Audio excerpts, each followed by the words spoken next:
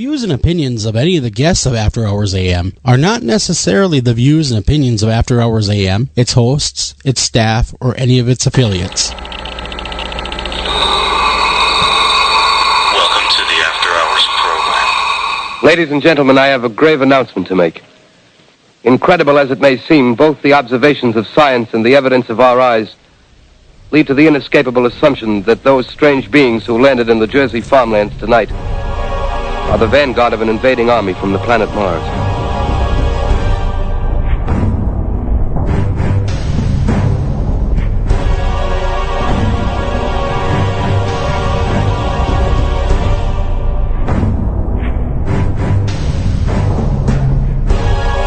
This is the latest disclosure, a report from National Civil Defense Headquarters in Washington. It has been established that persons who have recently died have been returning to life and committing acts of murder.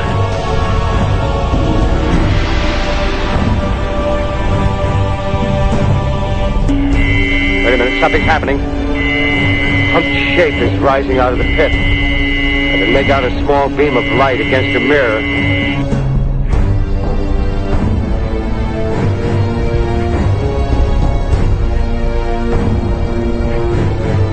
Welcome to After Hours AM Deeper Cuts. Cutting deep into what skews. And good evening, everybody. It is indeed After Hours AM Deeper Cuts, like the man said, and it is actually the eve of Paracon. I'm your host, Joel Sturgis. Right along with me is Mr. Greg Bakun, and we're here to take you down the rabbit hole of demonology. We're going to be talking with Rev Neal Farley. And that'll be next, or actually the bottom of this hour.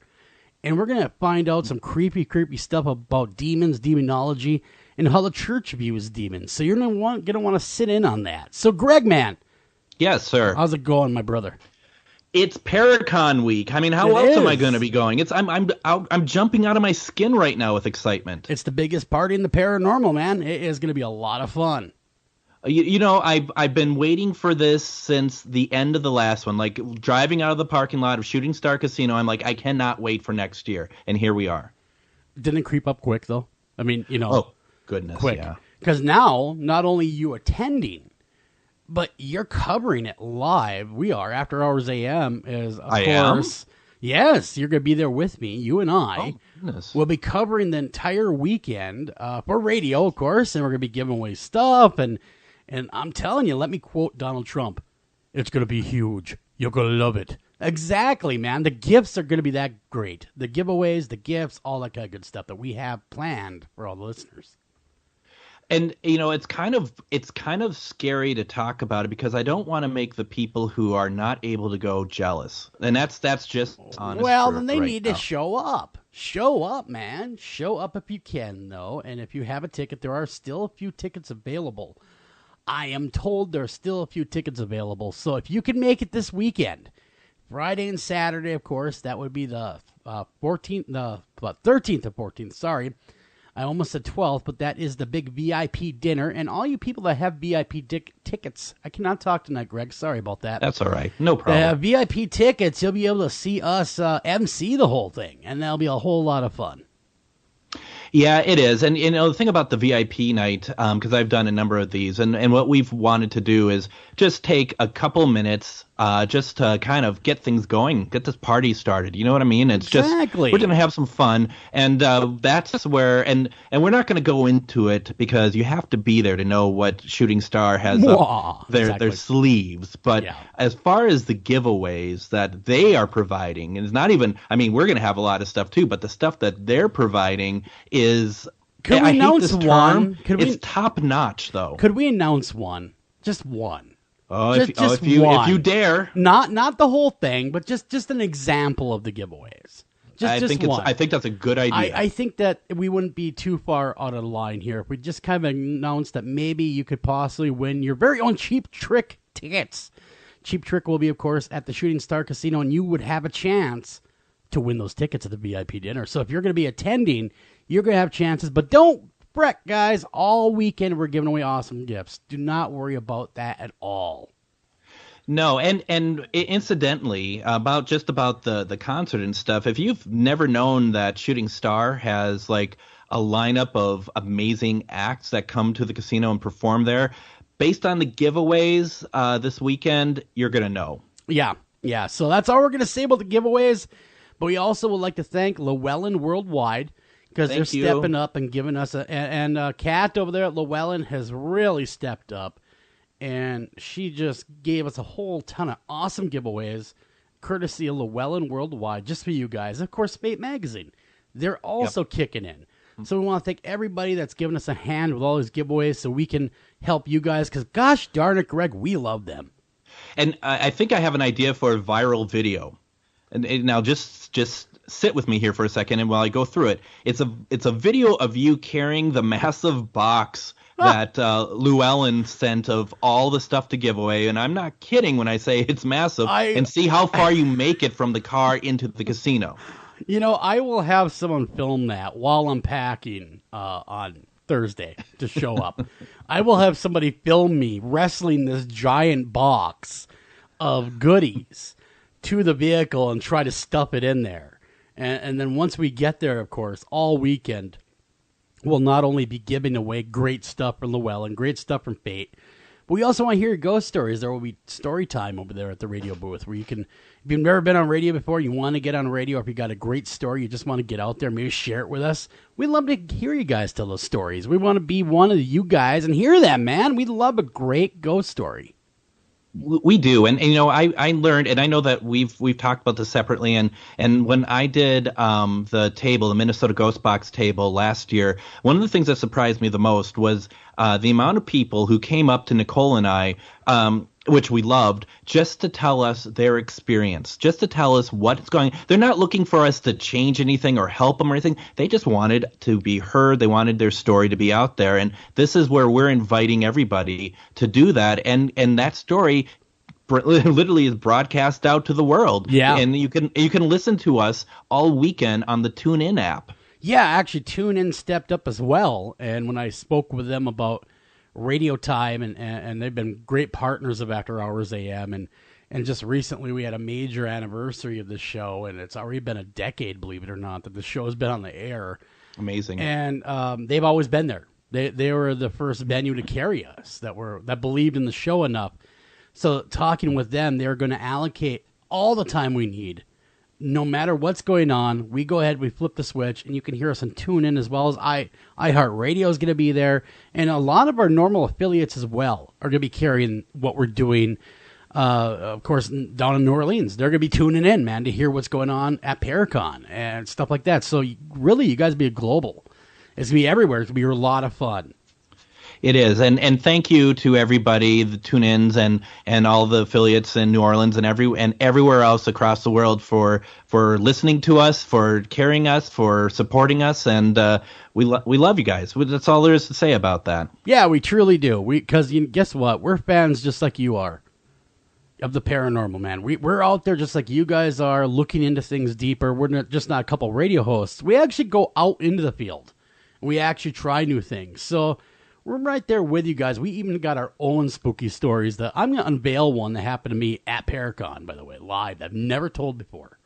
Nice. And so I'll tell the one about what happened to me in Alcatraz when I got a little too cocky for my own good. Well, you got to be careful with that, as you well know now. Yes, we do. Yes, we do. But that being said, sir, we got some great news in the hopper. Oh, by the way, I would be remiss if I didn't say stop by starcasino.com. for all of your information. Again, that's starcasino.com for all the Paracon information, the lineup, where you can get tickets, all the booths, the vendors, everything. Check it all out, starcasino.com. That's fantastic. We're very excited about that. But sometimes when you have good news, sometimes you have to have tragedy. And fun turned to tragedy in Hong Kong recently. Man dies in haunted house attraction. A man has died in a haunted house attraction called Buried Alive. Oh, my gosh. As Hong Kong's largest amusement park prepared to kick off its annual Halloween festival. The 21-year-old man surnamed Chang was hit by a coffin on Saturday, local media said. Chung was found unconscious 5 minutes after he entered the attraction. Ocean Park Chief Executive Matthias Lee said Saturday, expressing deep sorrow over the tragedy. He was confirmed dead in the hospital, police said. Buried Alive is part of a Halloween-themed festival at Ocean Park running from October 5th to 31st. The park's website said visitors would experience being buried alive alone before fighting their way out of their dark and eerie grave. Sounds like... My God! Sounds like my life. Visitors are supposed to get inside a coffin, turn slide, local media said, and slip through into the haunted house where they would experience what the park's website described as a rocky maze filled with dreadful ghouls. Hong Kong's government said it believed Chung entered the house safely but wandered off into a restricted area where he was struck by machinery. The victim was believed to have entered into an area for mechanical operation that was not open to visitors and was hit by a mechanical part, a statement said. Police said an investigation was ongoing. Chung was friends with employee of Swire Group subsidiary and had visited Ocean Park as part of an annual staff event organized by the company, the South China Morning Post reported. The government has ordered the closure of Buried Alive until further notice. So there is that, Joel. It's all fun and games until someone gets hit by a coffin. That's Just right. Remember that. Yeah, it's all fun and games till the coffin hits you in the head. And then, of course, you get buried in a coffin, which is weird as well. Not only do you die because of one, then you get buried in one. How weird, how ironic is that? It's not like the circle of life. I was going to say it's like the circle of life, but there is something, I don't know, poetic about it, perhaps. It's ironic, don't you think? Is. Just more ironic than anything. Yeah, exactly. No, it really is. It's more ironic than rain on your wedding day. Or good advice, or free advice, and you already paid. Yeah, Alanis really should have just called the song "Doesn't It Suck?" because it's not ironic. It's more stuff that just sucks. It's all stuff that'll screw up your day. That's all it is. It's crappy life events. Okay, all right, Alanis, we get it. Jagged little pill girl, you have it tough. She plateaued for me on Can't Do That on Television, and then ever since I've never. Yeah, well, you know, she's changed. That's she's dead. She's dead to you. Yeah. Just a career anyway. All right, what's next?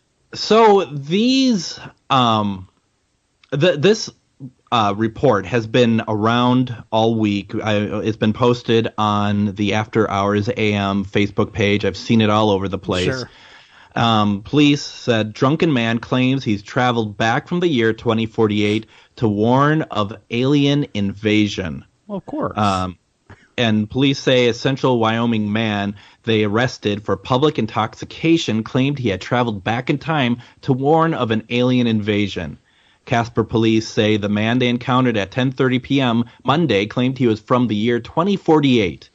KTWO-AM in Casper reports that the man told police he wanted to warn the people of Casper that aliens will arrive next year and that they should leave as soon as possible. Well, that's all I need, really. That's all I need to hear, man. I'm on the next thing smoking. I'm out of here. See ya. Yeah, pretty much. He asked to speak with the president of the town. There's a town president. Don't they normally just have like mayors or something like that? About 170 miles northwest of Cheyenne. The man told police he was only able to time travel because aliens filled his body with alcohol. If that works, that's how I'm going to start doing that. We're going time traveling this weekend, buddy. We sure are. He noted that he was supposed to be transported to the year 2018, not this year. So it's a time-traveling faux pas, really. That's what it is. Not like hasn't been seen the likes of which since Back to the Future. Oh my goodness! I mean, I don't know. It's not exactly believable. I'm not. I'm just gonna say, and I probably have the opposing view here, but I don't believe the headline. I for one believe that if you do drink enough, you do believe you're time traveling because you feel like you're moving in slow motion. But no, I do not believe that the aliens would give him alcohol and say, "Here, drink this Everclear, and you're going to go to the year 2018. Watch how it works." No, that's not what happened. What happened is guy got drunk, felt like a moron. It's like, guess what? I'm from the future. That's right. Just like that, too. Yeah, he did it really like that. Guess what? Like everything, just like that. And you got to heal me out and stuff like that. So I saw the guy. I heard the report. I heard the guy on radio talking, and he sounded suspiciously like Mick Jagger got hit by a truck. Okay, because that does not sound like Mick Jagger. I'm just going to be honest here. I mean, we're in the honest circle, right? We are. Now. I wasn't going for Jagger. I was going for Jagger hit by a truck, and nobody quite knows how that sounds, do we? Well, not yet, but I'm hoping soon. Greg. What? Why did I have to be like that? Why? And now you know what's going to happen. He's going to get hit by a truck, and they're going to be like, "Oh, look, look who said that was going to happen." Now remember, Joel Sturgis. That's what it was. Now, Greg's email is, of course, minnesotaghostbox@gmail.com. Make sure you go ahead and fill it full of hate mail, folks. Well, it would actually fill it up, so that's something at least, right? We have mail! Yeah, no. Okay, moving along, away from Mick Jagger. Should we talk about... I'm trying to think what's the best haunted headline to go to next, because we're kind of flying through these. I'm going to throw a curveball at you. Please do. One that we haven't read before. It's about a creepy World War II airfield in Oklahoma that's teeming with paranormal activity. What? I know, right? Have you ever visited a place and thought it felt haunted but weren't able to prove it? Well, if that place was an old World War II airfield in Frederick, Oklahoma, then you'll want to take a look at this investigation from Society of the Haunted. They discovered a ghost from a navigator of an old plane on the airfield, and it's as creepy as it sounds. So... this is actually a really crappy article because it's only pictures, no words. God, this article sucks for radio. What are you people thinking? So what we need is a visual sort of radio. Is there such a thing, Joel, as visual radio? No, but I can make sound effects while you talk to bring it to life, like theater. Do you have a way of doing your own sound effects at an airplane? Because that's what this is all about. It's an airplane that... There. No, that was great. That was really good. That's getting fired up. You know, when you got to spin the prop, you know. So go ahead. Okay. There was people, and they went to a C-47 in a hangar and saw... they saw some stuff come through when they were talking about the war. They were talking about the conflict. And they conducted an EVP session and a K2 meter reading. It was extremely quiet on the readings until the paranormal investigator started revealing that he was in the Air Force for 6 years. The K2 meter took an immediate jump up to an extremely high reading. Oh. And then, so you know what? I always agree. I think trigger objects. And that was kind of what he was. He created himself as a trigger object. I think that those are great. I really do. Yeah, trigger object going, yeah, by the way, I was in the Air Force for 6 years. I didn't go up in there or nothing, and they only said I could say it when no one else was around. But I'm telling you, I was there. They realized the ghostly entity on board was the previous navigator of the aircraft, and he was there to stay. How do they know that? I don't know. Yeah, I mean, unless he showed up and said... Hi, my name is Mike, the navigator. I'm great to meet you guys, and, hopefully you can hang around a little bit longer, because I plan to spike your meters. It kind of reminds me, and I'll try not to make this a long story, but it's a story from me, that Nicole and I did an investigation somewhere, and she got through a name of a young girl. But it's an odd name, so like I didn't realize it was a female name, and so I didn't know. But we had people in the room with us, and she had already talked to this little girl, found out about the family and stuff because she is a medium. She's very talented in those areas. And we ended up going somewhere else to investigate within this building, and we leave a bunch of people behind to continue the conversation. And when we got back to them, they were just like, yeah, this person, he was a World War II veteran who actually married his high school sweetheart, who actually, it's like, no, it's a little girl. And it was still a little girl when we spoke to him. And you took the wrong turn, and you weren't listening to any of the evidence, and you were horribly wrong. And that was just what this kind of reminds me of. It's like, they realized the ghostly entity on board was the previous navigator. How do you know that? Well, how often, though, do people jump to conclusions because they want that to be the case? What, 95% of the time, wouldn't you think? You know what I mean? Where they want that to be, like the navigator and have a great story of heroism and then make contact with them and da-da-da-da. Because it makes for a better story than, it was a guy that happened to work on these planes. For some reason, he was stuck there. We don't know why. But, man, did he really want to leave? Yeah. Just some mundane individual that happened to work at the airstrip. I'd believe that more than the navigator's thing. We got the navigator here, and he's telling us all the goods and what's going on. And really, it's up for speculation, and that's part of the field, and that's why it's so great, and that's why it's so hard at the same time.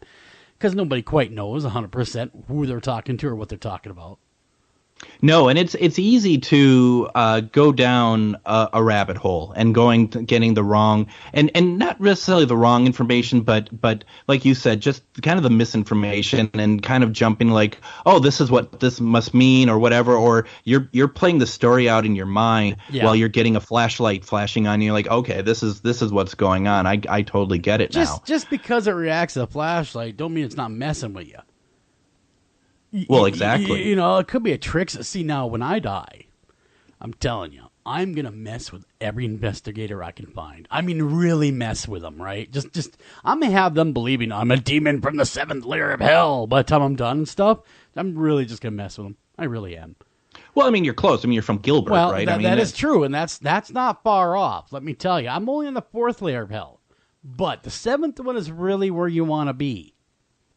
No, and that's and also like Spirit Box, like we've gotten a great deal of names and stuff through Spirit Boxes, but it's also important that we're not trying to construct a story around it. We're not trying to fill in the gaps when we don't have that information, and it's tough sometimes because you want to be like, oh, that's what this is, that's what's going on, and it's like, no, not necessarily the case at all. A lot of times, people come to me and we'll talk about evidence, or I'll listen to what they got, and I'll tell them, well, it's this or that and other thing. But it's amazing how many people want it to be someone of relevance, number one, in some way to that story. Better yet, if it's a historically significant person, like a celebrity or something. But they don't want just Joe Blow that happens to say hi. You see what I'm saying? They want someone that really matters to the story. And how do you know? For instance, if you're just BSing with the guy and you're trying to get answers, how do you know it wasn't just someone walking down the road goes, what the hell are those people doing over there? I'm going to go check it out in that hangar. Yeah. That had nothing to do with it. Yeah, and if they find out, if the spirit finds out, they're trying to talk to, say John Lennon or something, like, they're not going to know if I'm not really John Lennon. I got nothing but time to kill. Hey, yeah, that's me. Me and Yoko. Yeah. Yeah, I personally never understood the desire to want to contact famous people, because that seems that's, first of all, it seems like probably a ton of people want to do it, especially, and we've talked about this before. There's that one paranormal investigator who makes his name known pretty well, and whenever a celebrity dies, he always takes out a number of spirit boxes and tries to communicate with them. This guy got a hold of me, and I know who you're talking about. He claims that he got a hold of Robin Williams. And this is shortly after Robin Williams' death, right? Yep. He's like, I talked to Robin Williams. Really? I would imagine that Robin is probably trying to figure out his new body and his new surroundings, and maybe talking through your little gadget is not at the top of his list. He's put that video up on YouTube, actually. I'm assuming it's still there. And yeah, I've watched it, and it's like, okay, well, whatever. But what you're saying, I totally agree with. Like, just let these people transfer into their new existence. Yeah, and who knows? Maybe maybe they don't want to talk. Like, why would Robin Williams turn around and come to this individual? And I mean, and other people say, well, why not? Well, this is the why not. Because, quite honestly, people tend to, even when they're dead, they tend to flock to people they knew in life. Mm-hmm. And there's just a draw there. That's why a lot of times you're going to hear about hauntings are happening when Grandpa stays in the house, right? Grandpa could go to any house he wanted to, really, when you think about it. But no, he chooses to be in his familiar surroundings with familiar people. So I believe, and I could be wrong here because no one has a silver bullet, I think it's the same thing when you pass over as well. How many times have you gone into a house and you make legitimate contact and it's the builder of the house or the guy that lived in the house? Some really deep-seated reason why they would want to stay there. Yeah. And sometimes, too, I mean, I would assume that depending on how you go, like, for example, I would think with my dad, for example, he would stick around because he wanted to make sure that we were all right, not waiting for someone to connect with him on the spirit box. Now, I have never tried to make contact with my father. Ever. Nope. Yeah. I don't want to. I really wouldn't want to, and I'm not begrudging anyone that does. Don't get me wrong. I'm not saying, oh, you shouldn't contact your loved ones. No, I think if you're confident and you're comfortable with that, I think you should be able to do. I'm just not, and so I never have. People have asked me, well, because it's been 3 years. Mm-hmm. Well, have you tried to talk to your dad? No, I have not. I want to think that he peacefully transitioned, and he's not taking calls right now. I've communicated with him through paranormal means twice. And one time was Spirit Box very shortly after he passed. I'm talking about my dad, not your dad. Yeah. And I believe that I got back from him when I was just said, I miss you. I got love you. But here's the kicker, though. Here's the kicker. I do not want to listen to that because I don't want it to be wrong. What if it is somebody else? What if it is that trickster? What if it is somebody that necessarily wasn't so nice in life, so they're not going to be so nice in death, and they just want to mess with you? Well, and here is the kicker. When we did that, I had my friend with me, and we were in the back of my house, like not in the backyard, but there was a big school field, and that's where we were. She ended up catching an attachment in the field, and that's weird. It got weird after that, and it had nothing to do with my father. Yeah. It just got weird. Okay, though. Greg, do you believe that was your father? As the attachment or as the voice? No, the voice. Did it sound like him? I do believe it's him. Okay. Because, like I said, I don't begrudge anybody that would try, and maybe one day I will try. Yeah. But at this moment in time, I'm just comfortable letting it lay there for a minute and not bother him any more than I need to. And there's nothing wrong with that whatsoever. Absolutely. But again, like I said, there's nothing wrong with it. And Greg, I think that's amazing that your father came through. Think of all the energy that took for him to get that one small message to you. And I'll tell you, I won't go through the story because it is long, but we had a series of events at a place that we investigated in Strawberry Point when we had 3 other people. It was Nicole and 2 other people. It was their private residence, and we had a profound experience that included my dad in it, and that's all caught on camera, multiple cameras actually, and that's something that, like I said, it's too long to even talk about. But how did that impact you emotionally?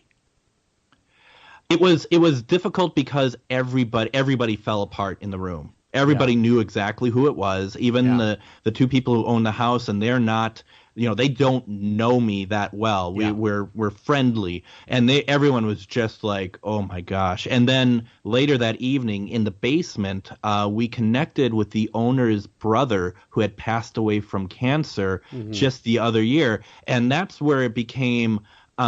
The whole night for all of us was draining and emotionally because it was like we were touched that night. You know what I mean? We had a kind of a situation of real communication we felt with these people who had passed that meant so much to us. But at the other end of that spectrum, I tell people when they say, hey, a loved one reached out to me or whatever, came through EVP or whatever, I tell them enjoy it for what it is at face value. But just bear in mind, it might not have been them. just bear that in mind, that there's a lot of things in the cosmos that aren't always the nicest thing to deal with. And I believe you know, because I've been doing it long enough. But other people, I tell them, just be careful. Just be careful. You don't want to lead that into some emotional devastation for yourself. Right. No, absolutely. Yes, sir. I was going to say, we got to get out of here. We got to run a break. We got Reverend Neal Farley coming on next. We're going to talk all things demons, clergy, and maybe even some EVP. Don't go anywhere. We'll be right back right after this.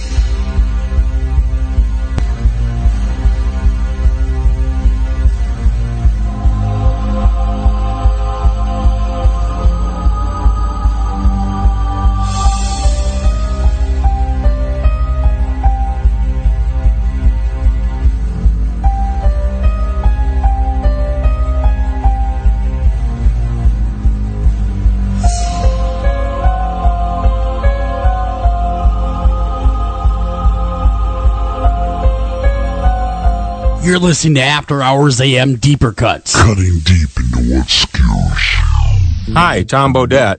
If pop culture is to be believed, roughly 40% of all people are actually vampires, or dating one. Well, undead or not, you can always save on a clean, comfortable room at Motel 6, even if you sleep during the day, because direct sunlight turns you into a pile of sparkly coffee grounds. Speaking of which, we have free coffee every morning. You day sleepers may want to go for the decaf. I'm Tom Bodette, and we'll leave the light on for you. Book online at motel6.com. Hi, I'm Kip Parker. And I'm Charlie Parker. And we're the Parker Brothers. Hey, Charlie, what's missing from our game catalog? I don't know, Kip. Tell me. Well, you can't talk to the dead. You sure as hell can. That's why we got this brand new game called Ouija. Ouija? Well, break that down for me. Well, it's Wii because you're having a great time. And G, it's because G, aren't you having a blast because you're having a good time with the Wii. It looks like it smelled like a Chinaman got caught in there. Don't question it. Well, Ouija, Kip, tell me about it. Well, inside the package comes a flat board with all the letters of the alphabet, numbers from 0 to 9, and a yes-no written out by itself. Well, that sounds like a lot of stuff going on. It's got a lot of stuff going on indeed, Charlie. It also comes with this planchette which hovers over the letters the dead are trying to tell you. Well, how does that work, Chip? Well, you ask the question, and then the dead move your hands in the direction of the answers. That sounds like a heck of a way to find Grandpa's slave money. Turns out it was in the attic. But the questions don't have to be as serious as slavery. You can also find out if Sally's got a crush on you. The dead like to answer all sorts of trivial questions. Feels like they'd have better things to do with their time, Kip. No, lost souls are lost forever, and they're really glad to help. Well, gee, Kip, can't you just get any sort of board with numbers and letters and talk to the dead? The dead prefer quality like anybody else. Quality you can only find at Parker and Parker. The Ouija board, brought to you by the Parker Brothers, available in both white and colored wallworks. Separate but equal savings. Author Steve Asher brings us Hauntings of Trilogy. Steve's first book, Hauntings of the Kentucky State Penitentiary. This first installment of the trilogy tells us the tale of the Kentucky State Penitentiary and why it's so haunted. With every turn of the page will be something new and terrifying. Pick up Steve's new book, Hauntings of the Kentucky State Penitentiary, at Amazon.com, Barnes & Noble, and all better bookstores everywhere. Taking a family of 5 to the amusement park can cost a small fortune. Oh, yeah. So to save some money, we thought, hey, let's bring the amusement park to us. Yeah. Go ahead. All right. Step right up, young man. Are you ready to ride the Wacky Waterfall? That's just the bathtub with the shower head running. Nope, it's the Wacky Waterfall. It's the shower, Dad. Waterfall. Wacky. There's an easier way to save. To get a free rate quote, go to Geico.com. Then buy online, over the phone, or at your local Geico office. You were dead! I saw you die! I was faking. I used ninja focus to slow my heart rate down. What are you doing? I'm burying you. I'm alive! I'm alive! You're waking the neighbors! No. Shut up! No! Now I'm gonna play your drum set. Welcome to After Hours AM Deeper Cuts. Cutting deep into what skews.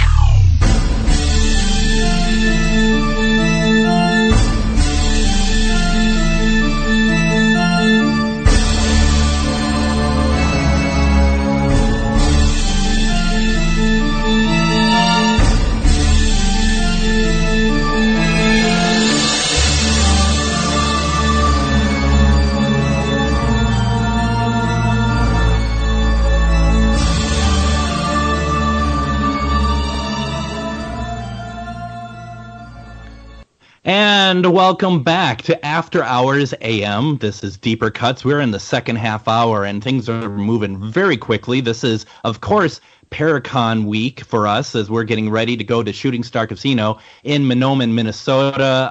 That's going to be this Thursday, Friday, Saturday. So the actual event is, of course, Friday the 13th and Saturday the 14th. Our bumper music tonight is the Midnight Syndicate, and we're extremely, extremely excited about it. I'm here with my co-host and partner in crime, Mr. Joel Sturgis. How are you doing? You know, I'm doing great. I'm really excited to talk with Reverend over there, and a lot of questions for him. A lot of cool questions, and I know our audience is really eager to hear what he has to say. You know, it's very true that you said that, because I've had people getting in touch with me about talking to Reverend Neal Farley tonight, saying how excited they are to hear him speak. I've seen people on his own Facebook page excited to hear him talk. We're even going to, you know, maybe if we're kind, maybe he'll do a little croon for us tonight, as he loves to sing and he's very good at it. But you know what? We're just going to get into this. We're going to be talking here with Reverend Neal Farley. He's an ordained minister, demonologist, and spiritual counselor. On his website, God's Ways, House Cleansing and Blessings, Reverend Farley will do house blessings and personal blessings for individuals or families in spiritual trouble. He handles hauntings, poltergeists, demonic possessions, unwanted spirits, and spiritual counseling. On his Twitter account, he says that he loves to sing, write lyrics, and short stories. We have you now, Rev, for about an hour and a half, and I think, like you said, right before we got back from break, things are going to go very quickly. How are you, Rev? I'm very good, very good. Thanks for having me here tonight. Absolutely. I'm just so excited to talk to you. I'm not going to lie. I'm just so excited to talk to you again, because every time I get off the phone with you and we're done with an interview, my heart smiles, because you are doing amazing work, and I know that you're going to correct me as you did during break and said, you know, you're doing the work of God, you're a servant of Him, and I do appreciate it. But you are making yourself available to people in a way that very few others who are able to help are doing so. Well, thank you. It's the most rewarding work I could possibly could do after I retired from disability, and wasn't sure what I was going to do with my life. And God has a way of opening doors for you, and He opened a big one for me in being able to help people who are in spiritual trouble. So one more question, and I'm going to let Joel pop in here. You know, let's just do a baseline start. What is demonology? It is basically the study of demons, the understanding of the many types of demons that are there. It's actually more about experience than it is about text. You can take a course on demonology and study all the different types of demons, and have the concept of who they are, what they are, where they come from. But until you get out there and until you've actually been touched by a demon, and in my particular case, I was tormented by demons for 50 years, from the age of 3 years old until the age of 50, when literally I spoke to Christ, and I was in terrible shape. My family was being tormented. My daughter wanted me to watch my granddaughter. I couldn't watch her, and I was desperate. I was ready to leave my family, and just to save them from what was coming down. I got depressed because I worked with children with autism for 18 years, and I love my work. And when I got sad, that's when they came back, and really with a vengeance. They've never left me totally up until I was basically saved by Christ Himself, to allow me to do what I do, and to provide the services that I provide for families who were in the same kind of situation that I was in. But demonology is basically, to me, it's the experience of demons. It's understanding them. It's knowing every move that they make. It's knowing what to do, what to say, what not to say. It's how to handle them, how to educate the public is the biggest part that I do. A lot of people will come in and they'll remove the demons, but they don't tell people how to prevent them from coming back, or discuss with people how to prevent them from showing up in the first place. There are many things that we can do.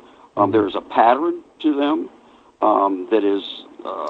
that's not talked about, that you can pretty much lay the tracks down for, because it's there.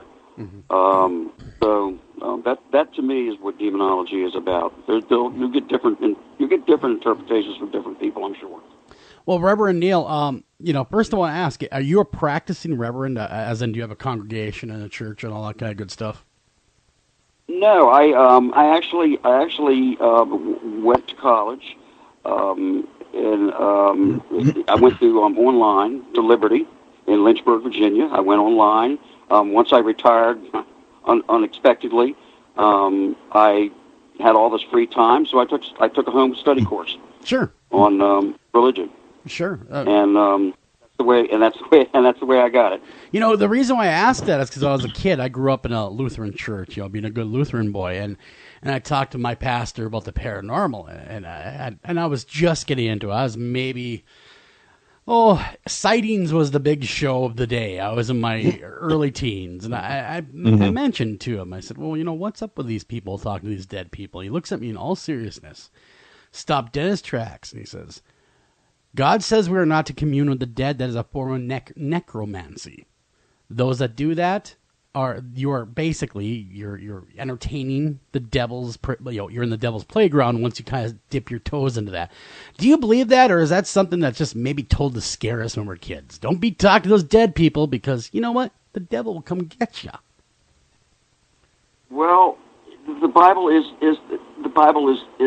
somewhat clear on that, as far as Scripture goes.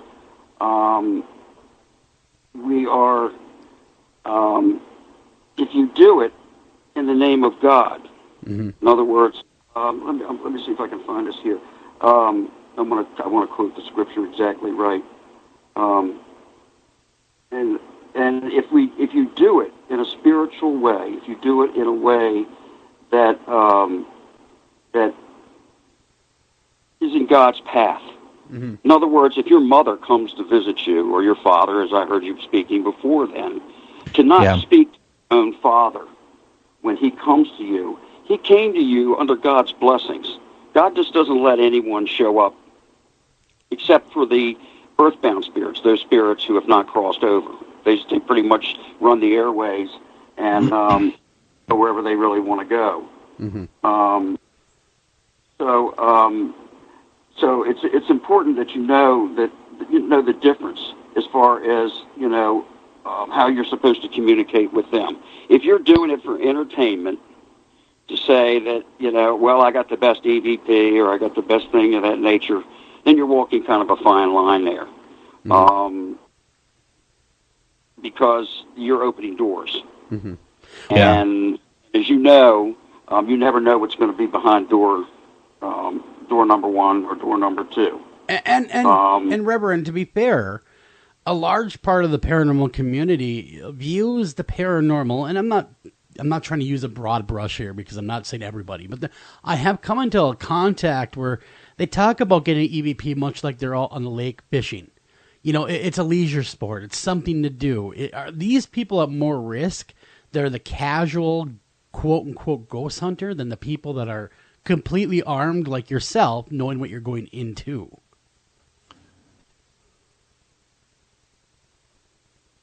Could you repeat that again? Sure. Like I was saying, there's a lot of casual ghost hunters, and they view the paranormal, like EVP and evidence like that, akin really to a fishing trip, where it's for leisure and fun and the thrill.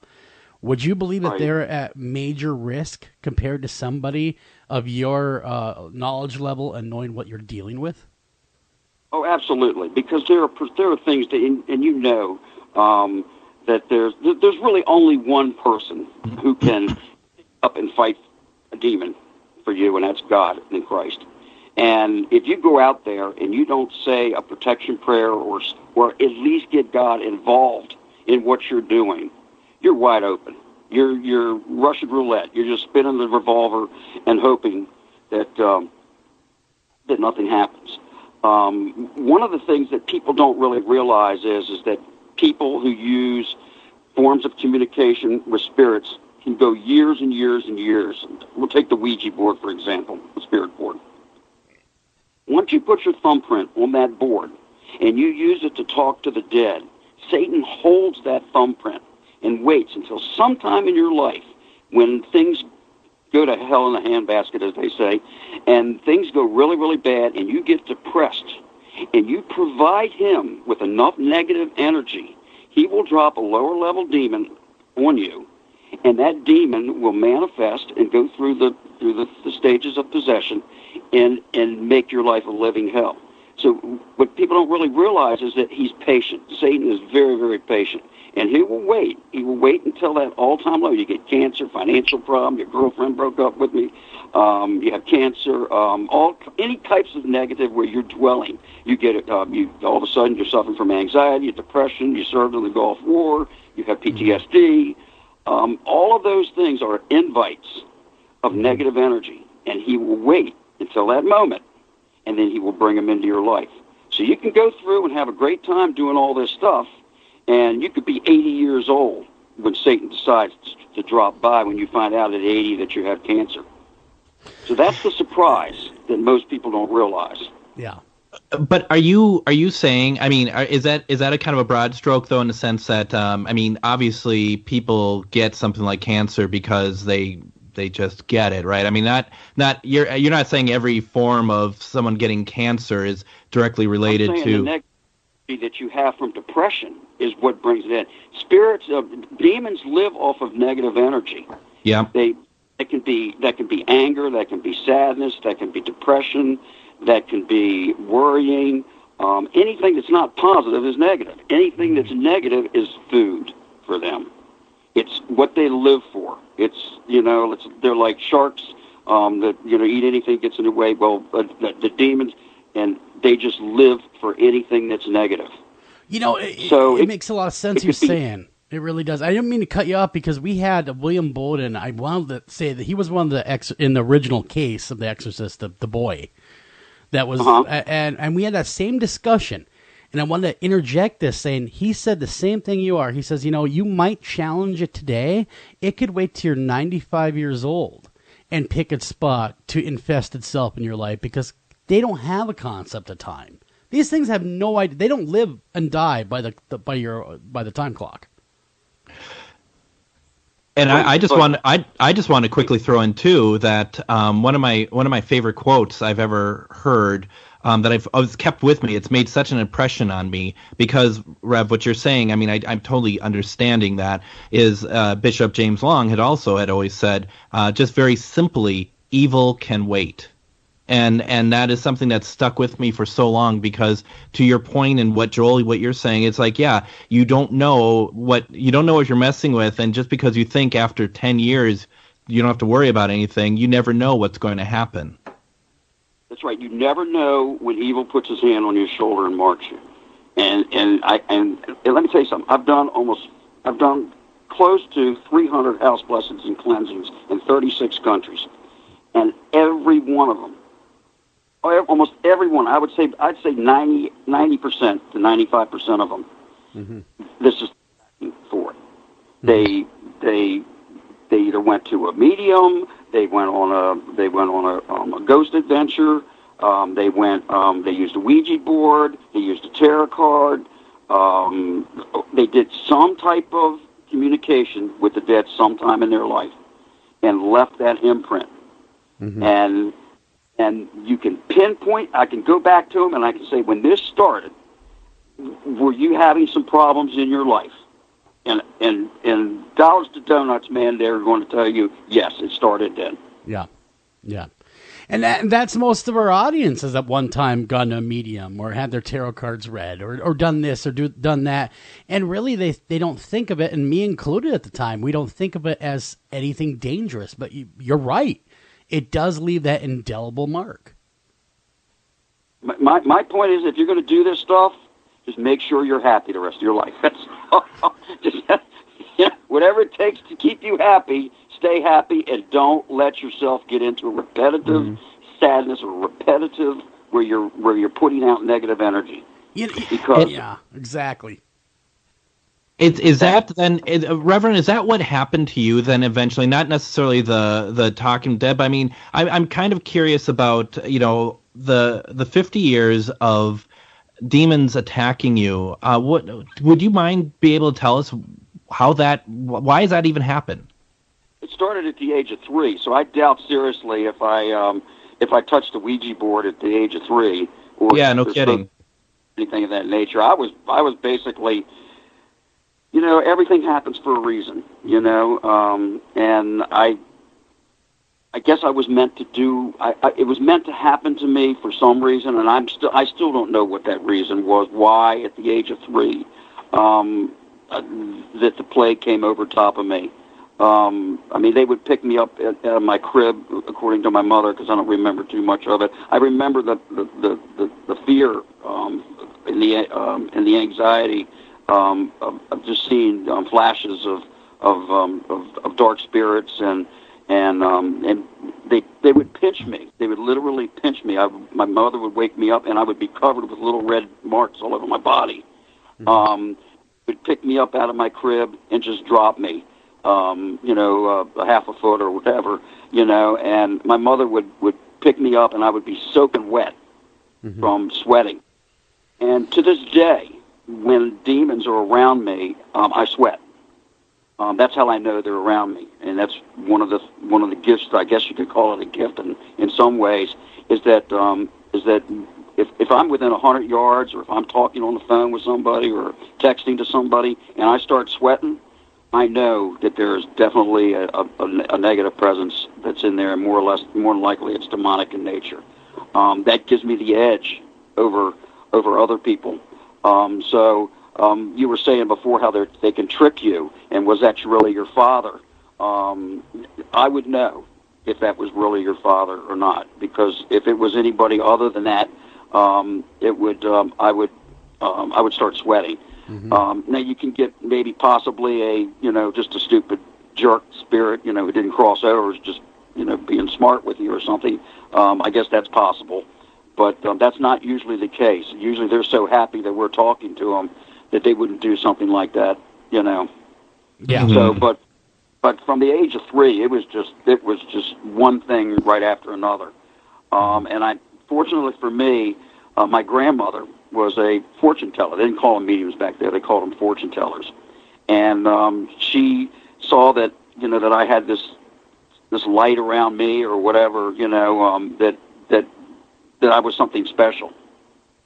And she tried to help me, because I kept telling her that the spirits were bothering me, and then she would see all the marks on me. I had so many marks on me that I had to wear long sleeve shirts and jeans in July, because my mother didn't want them to see all the marks on my body, because she didn't want to think there was child abuse.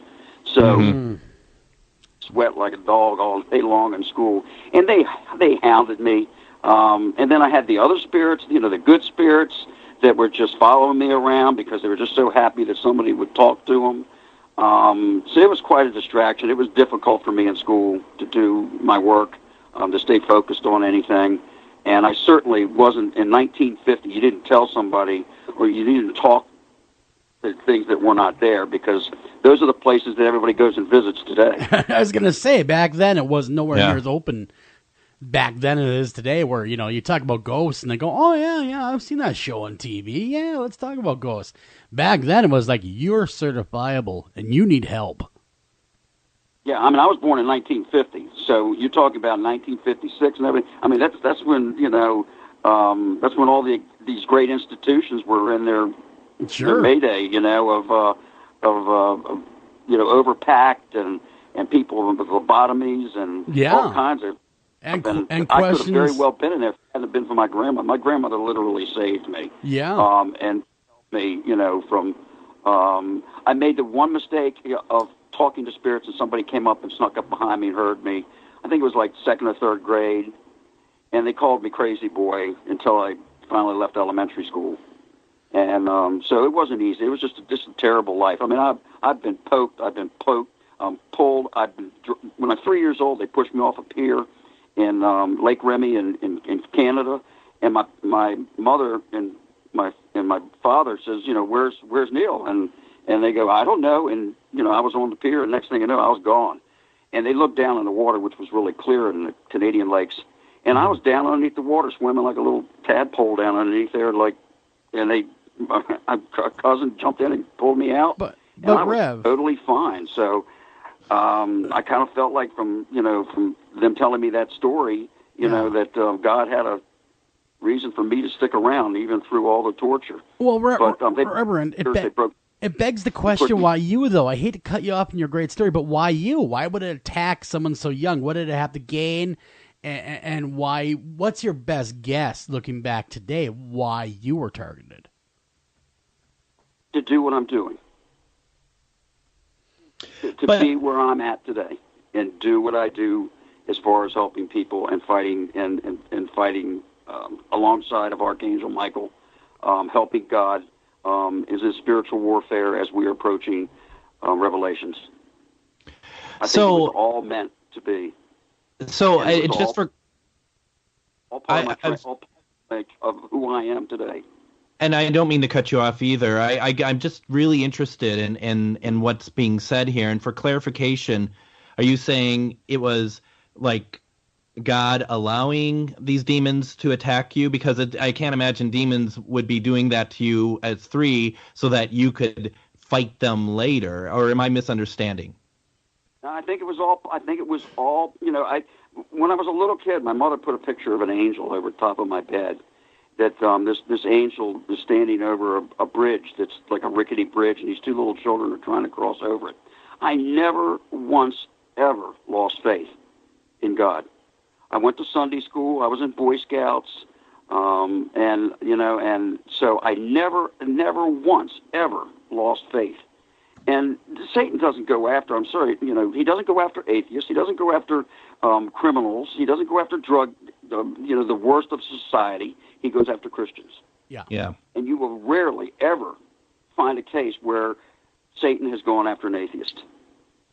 You're right, because you have to believe. I would assume there has to be some type of belief system there, for them to gain anything. All in of God casting him out of heaven. It's all been payback.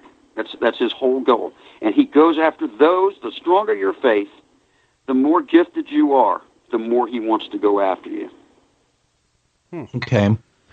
And that was kind of my next question was, like, how long had you been, God's servant? Because I was wondering if that had been with you since the start, because, I mean, I'm sure there's a point where you just didn't understand what was happening to you at such a young age. I had no idea. I was like, I kept asking and praying over and over and over again. But again, that was all part of who I am. Mm-hmm. As bad as it was, as horrible as it was, I'm grateful that I've been given the opportunity to stand on the right side of the Lord, to stand with Jesus, to stand with Archangel Michael, Archangel Gabriel, Archangel Raphael, and fight God's battle against Satan. It gives you a kind of strength. I can't even explain it. There's no greater reward than going into a home where little children are being tormented, where the family is a loving family that would normally get along really great, and bringing them all back together and bringing peace and harmony back into their house. And knowing that when you work with God, that all your answers will be present. The one thing that I learned that the most is that if you have the 23rd Psalm says, I will walk through the valley of the shadow of death, and I will fear no evil, for thou art with me. If you truly, truly believe, and you're truly a faithful person, you will believe that God will help you and that God will protect you. It's when you have to pray every day and ask him over and over and over again that your faith has been weakened. Because if you truly believe, you don't have to ask over. God hears you the first time. He's with you every moment of your day. And if you trusted him and trust that he hears you and trust that he will deliver you, he will deliver with you. It's when we lose that faith and we feel sorry for ourselves and we blame everybody for everything that's going wrong with us, that's not faith. Mm-hmm. Faith is trusting God will help you with things. All right, so we're going to, because there's so much going on here, so much good information, we're going to take a break. When we come back with Rev Neal Farley, we're going to keep talking about this. We're going to talk about possession, and we're going to talk about this demon house built in 1773. You're listening to After Hours AM Deeper Cut.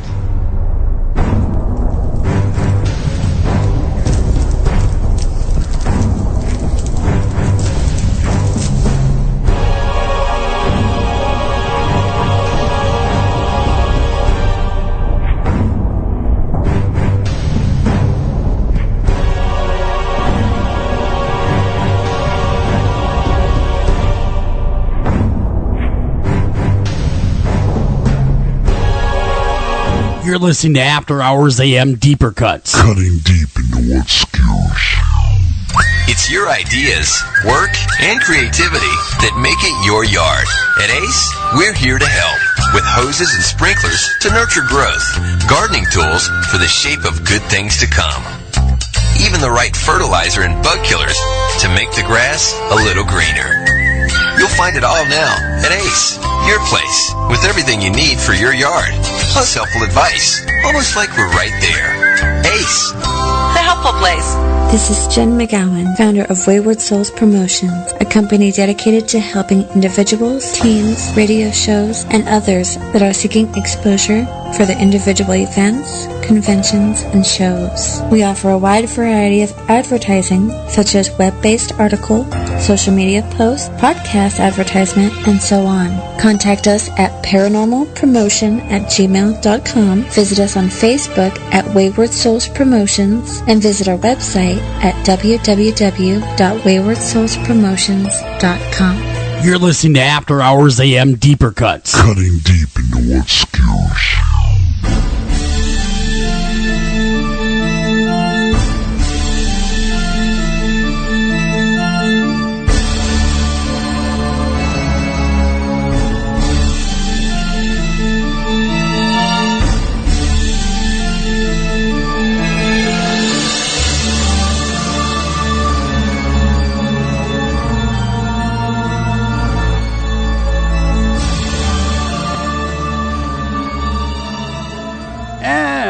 Welcome back to After Hours AM Deeper Cuts. I'm your host, Joel Sturgis. Right along with me, as always, is Mr. Greg Bakun. And tonight we are talking with Reverend Neal Farley, and we're talking all things demonology, all things, basically, how to arm yourself against demons as well. So we're going to get into that.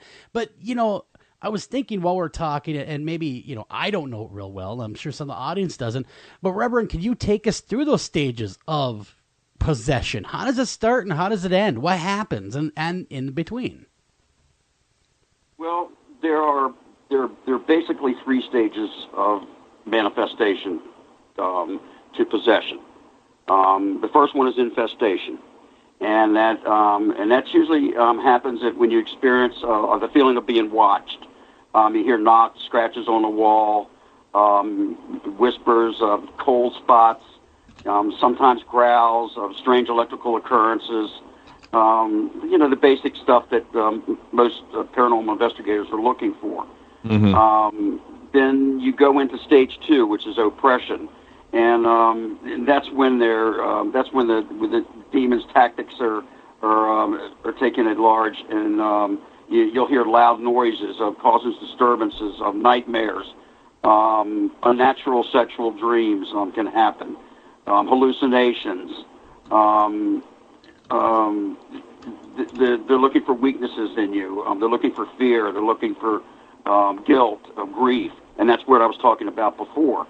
Those are feeding. You're feeding it, and that's what it's looking for. Because when you feed it with your negative energy, it gets stronger. It gets hope. It gets confidence that it will be able to take you to the third stage, which is possession. And possession is exactly what it means. It means that it has taken over your body to the point where you have no consciousness of what you're doing, what you're saying, how you're treating your family. You could possibly black out from possession. You may end up with marks, unusual marks. There may be moments where your eyes turn completely black, and at that point, you have to recognize it, and that's the hardest part, because the people don't want to admit that they're possessed. I tell people that, they call me up. Well, I don't really think I am. It's almost like an alcoholic. You have to admit that, yes, I am possessed. You have to hit that wall where everybody in your life has left you. Your life is so bad that you have no other way out, and that's when they come to me, and that's when spiritual cleansing is done. I don't do exorcisms. I call upon God to spiritually cleanse the house and all those in the house and the person who's possessed. And it is God who does it, not me. So those are basically that's the route that it takes. Now I've heard really quick, just an addendum to what he was saying, really quick. And what is now the term perfect possession that I've heard thrown around more than once? Perfect possession?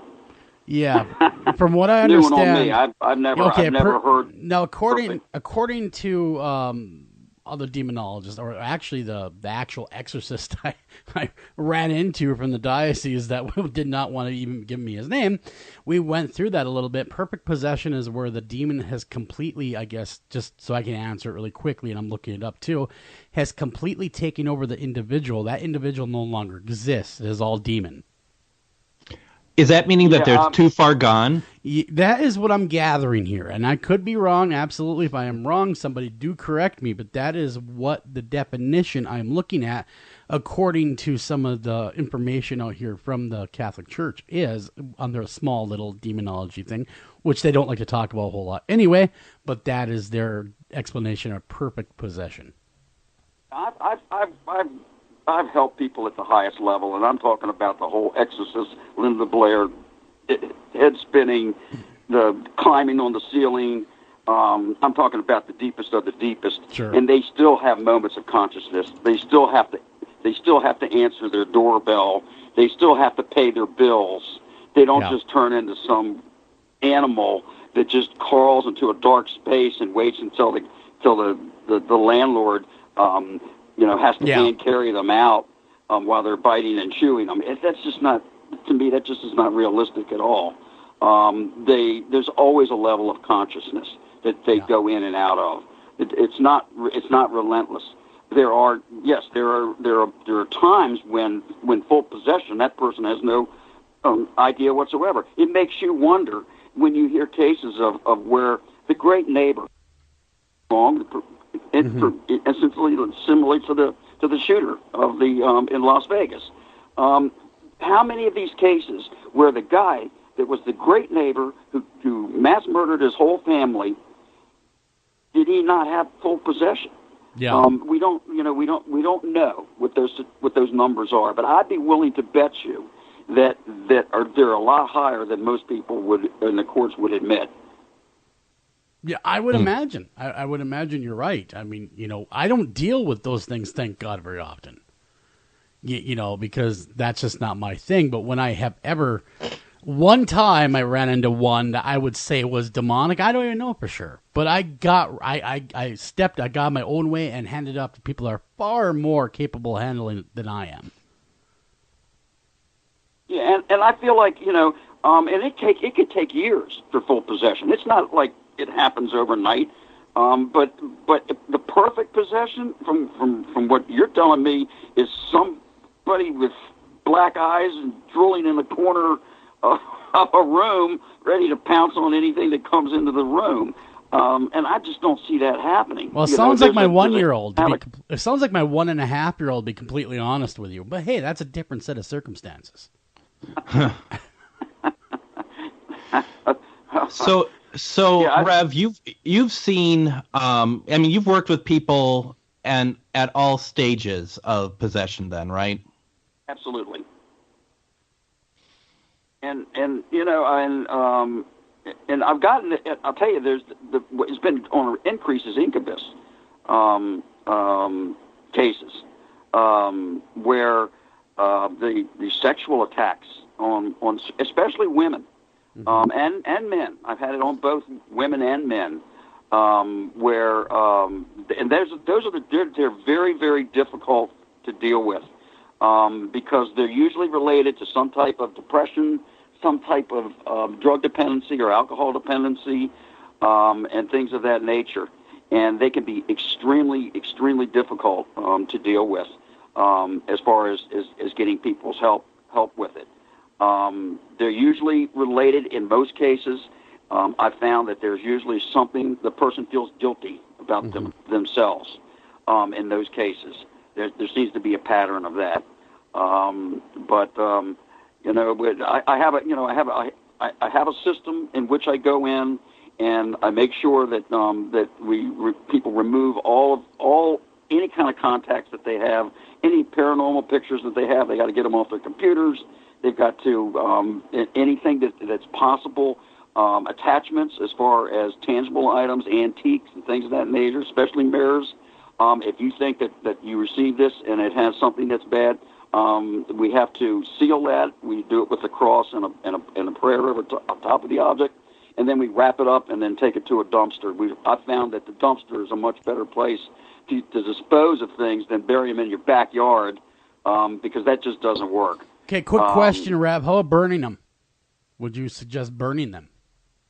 Absolutely. Don't want to burn anything. Satan's fire is his fuel. That's his choice. So what happens is that those ashes just go up in the air and spread all over your yard, and you just literally just spread it everywhere. You never want to burn, and my suggestion is that you don't bury it either, that you remove it. I can give you a quick example. These people, they rented an apartment, then a mass murder took place. The guy killed 5 people. They sent me pictures, and I was able to determine that on the wall there was a stand-up mirror that was like from the 50s. And I said, I'm seeing this green glow around that mirror. I said, I want you to take that mirror down. If there's something wrong with that mirror, I want you to get rid of it. They took the mirror down, and behind the mirror was filled with blood from when the guy took a shotgun and blew everybody's heads off in the room. And when they repainted the apartment, they didn't take the mirror off. They just painted around it. And so the people said, the guy says, well, I want to bury it. And I said, well, I don't really want you to bury it. And he was like in Michigan or Maine, and the ground was frozen, and he wanted to wait until springtime to bury it. So I told him, I said, well, wrap it up in paper, and then take it out and put it in your shed, and then when the weather thaws out, you can bury it. Do you know that mirror, every night at 3 o'clock in the morning, that mirror started bouncing against that Rubbermaid shed. It sounded like Indian drum warriors beating on a drum all night long. His neighbors were calling him and complaining about the noise. That mirror did not sit still until he ended up taking it to a dumpster. Wow. I want to switch gears here a little bit because one of the things I really wanted to talk about, and we have talked about this before. I've spoken with Jay before. Jay is a gentleman who was possibly also going to be on the show tonight because you have been able to help Jay, and he has a house that, I mean, listening to his story, to be very honest, was one of the scariest things I've ever heard. And I'm not there. I'm at my house. I'm doing the radio show with him, and it was truly frightening. It's a house I believe was built in 1773 before we were a country. And he had a truly frightening experience that no one was able to help him with, and then he was able to work with you. Would you mind giving us a little bit of background on what Jay's story was, please? Yeah, Jay was married to a beautiful wife. He had 2 twin daughters. They were age of 8, and they had been haunted. They bought this house. It was a fixer-upper in Enfield, Connecticut, and they were there for almost 7 years.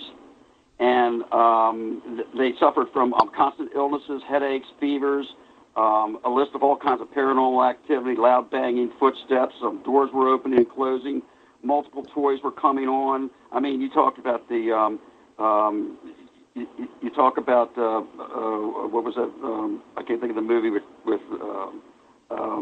Amityville or? Okay, Poltergeist. sure. Everything was on in that house. Everything was in Poltergeist. It was happening in that house. Wow.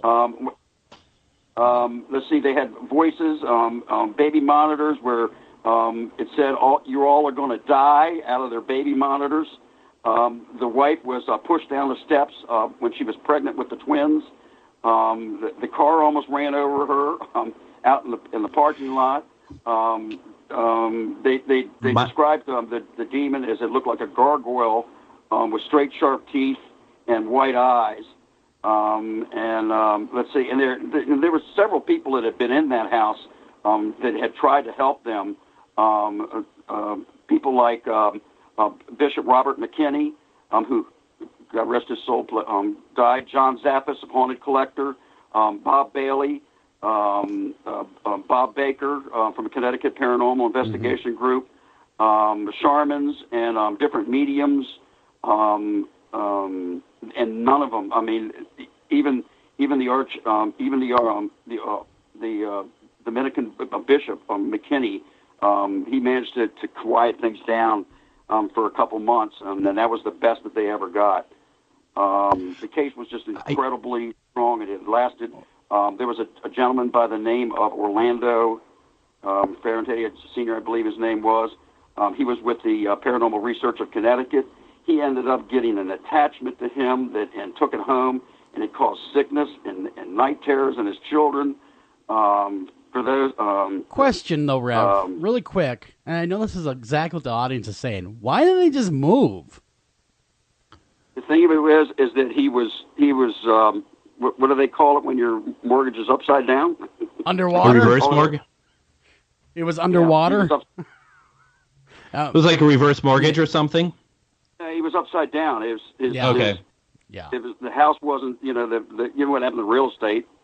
It took a dive after 9/11, and Sure. He was so far in debt that they couldn't afford to move. They didn't, they would have lost everything. They would have been on welfare, with two twins. Can I interject real fast too, Rev? Because I remember the stories that Jay had talked about this place. And I think it's also worth pointing out too that his brother, when they first moved into the house, his brother had seen a black mass, and it scared him, like crazy. Obviously, that black mass had also appeared in his brother's house, which makes you kind of think that there may not have been as easy as him getting out of there. I also want to point out too a couple of instances. I remember. Jay talking about too, like there was a story about his wife who was, I think, not necessarily bed rested, but she was in bed on the upper floor of the house, and she looks over to the doorway that leads out to the hallway, and there is this black dog that is just staring at her, and just keeps staring at her, and eventually it just passes by, but there is no black dog. There is no reason for a black dog to be in the house. But the one that scared me the most, bothered me the most, is that they did bring in a priest who did a look through the house and stuff, and because I think there's like two sides to the house. Mm-hmm. And as he was going to go upstairs to check out upstairs about the house, he stops, and Jay was very adamant about it. He just stops in his tracks, kind of frozen, and then kind of turns around and says, "No, I don't need to go upstairs. It's fine." As if he had seen something. Man, that would make me really concerned. That the priest himself was scared, and according to them, they're bulletproof. Nothing can scare them. Robert McKinney is from the Archdiocese. He's the living best of the best. And when Jay had a conversation with him about coming to his house in Connecticut, he lost his voice in the middle of the conversation, and it was gone for 2 weeks. Huh. And so it took them 2 weeks to be able to get to his house. There's only two things I would do here. Number one, I would probably contemplate selling tickets. Haunted location, come on in. Because that seems to be the thing to do. But all joking aside, I wouldn't do that either because you'd be giving it fresh meat. But, Rev, right. And a lot of people were hurt, going exactly. in there. It wasn't just... There were several people that had heart problems. Even my partner that went in there with me, he's still having heart problems. He was like the third person that had gone in that house that developed major heart problems. What was your aftermath? Did you encounter anything negative? Oh yes, I went in there and Jay, there were two Jays. Jay Dodd, he was also known as the Demon Doctor, and he's similar to me. He was the only other person I know that can do remote blessings and cleansings. And he went upstairs with the holy water, and he actually, we loaded the girls, the twins, with squirt guns with holy water, and just let them kind of take command of their house a little bit and shoot the demons with squirt guns. So they, so he had a good, kind of having a good time with the girls, and he blessed all the doorways and stuff. And I went down the basement myself because I have absolutely zero fear of Satan, and you can't in spiritual battle. So I went down in the basement. I saw the demon. He's basically. I did a little research before I went out there, and found out that the demon was what they call I believe they call him from Greek mythology, from the Samaritan mythology. He's a rock demon. And I won't mention his name because we don't do that. Yeah. But what happened was the foundation of that house was made from rocks that came from a mountain where sacrifices took place. So they literally built the foundation out of the blood of those who had been sacrificed in some type of bad ritual. And the rock demon, and I saw him, and he came out from underneath a back stairway that was underneath where they had a back entrance to the basement at one time, and there was a little crawl space underneath there, and he came out of there, and I basically saw him, and God gave me the rights to read the prayer to demonic possession, and he literally dissolved right in front of my eyes. So that being said, how do you know? Because they talk about levels of demons, okay? They say there's this demon, that demon, and is it generally lower level demons that infest and infect people, or can it be the higher big guys, so to speak, that will come in and make your life a living hell? No, it's the lower level demons come in. They're the introduction demons. They're the ones that do the banging, try to get you scared, to build up that negative fear to where it reaches the level where you reach near the possession level. Once that happens, then the higher level demons come in and finish the job, basically. You got to understand, they were 7 years in this house, so it took a long time to reach the point where the rock demon actually had come to take over. So it's a process in which fear. And he's a very, very faithful and religious person, and it was through his faith alone is the reason. The girls never got touched. Not once did they ever get touched. Now, they did see things, and it did scare them and things of that nature, but they were never harmed in any way. Do you believe that maybe God won't allow that? Was there a certain point where God's like, no, you're not going to mess with the kids? No, I think that he knew who he could get the fear from. Okay. And and that's what they do. A lot of times they'll go after the kids because they know the parents. If your kid is screaming, you're going to jump up immediately and go to them. And they know that. They know that the kids are the trigger bar or the trigger alarm. Well, Rev, let's not get too hyper on that one. They're screaming. I'd give them a good 5 seconds, 10 seconds before I go do anything. Just because, I want to make sure. No, I'm kidding, of course, but no, seriously, you're right. They will always use your paternal and maternal instinct against you if they can. And that you're absolutely correct. That is 100% truth. Yeah, so go ahead, Rev. And then the fear up in, and then as that fear grows, their strength grows, and then they reach a level where the the higher level demon has now taken over, and that's usually when the possessions and the other levels take over. So, is there any problem, any issue with people who are listening to the story, listening to retelling of what is happening? Is there any danger to anyone just listening, like on the air now, to any of this type of stuff that we're talking about? The only danger is if you've already got an infestation, and what I'm saying to you is causing more fear, and then anything, anything that enlightens fear. Fear is food. Just remember, fear and food is the same.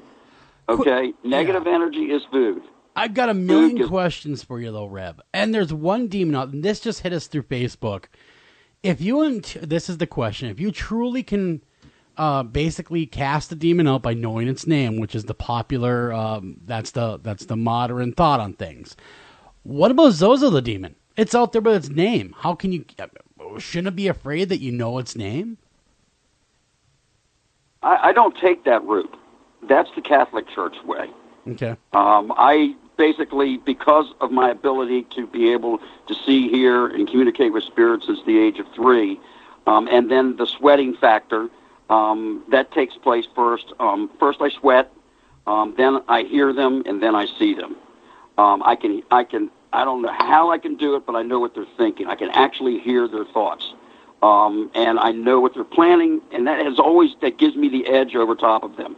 Once they've been identified, and once the houses, we've gone through and done all the blessings with the holy water, and blessed all the furniture and all the tangible, and blessed all the individual people in there, I hand it over to God and let God take care of them. And that's the way to do it. And it's so much simpler. Even in cases of demonic possession, there's none of this thrashing and people, talking in tongues and all that. Once we step into that place, they behave themselves while we're there, and they're out. They are absolutely out. We seal the property as soon as we get there, so they can't leave. So if they're stuck, they have to hear God. And God literally places His hand over that house, and whatever He reads, I don't know what He tells them. I don't know, He has a riot act that He reads them, but whatever it is, they either listen to Him, and if they don't listen to Him, then He calls upon me to read that prayer that I read, which is the prayer to Archangel Michael for demonic possession, and they're done. They're gone. They completely emulsify. I don't even know how I do it. I don't question how I can do it. All I know is that that's the pattern I've done in almost 300 houses, and that's what's worked.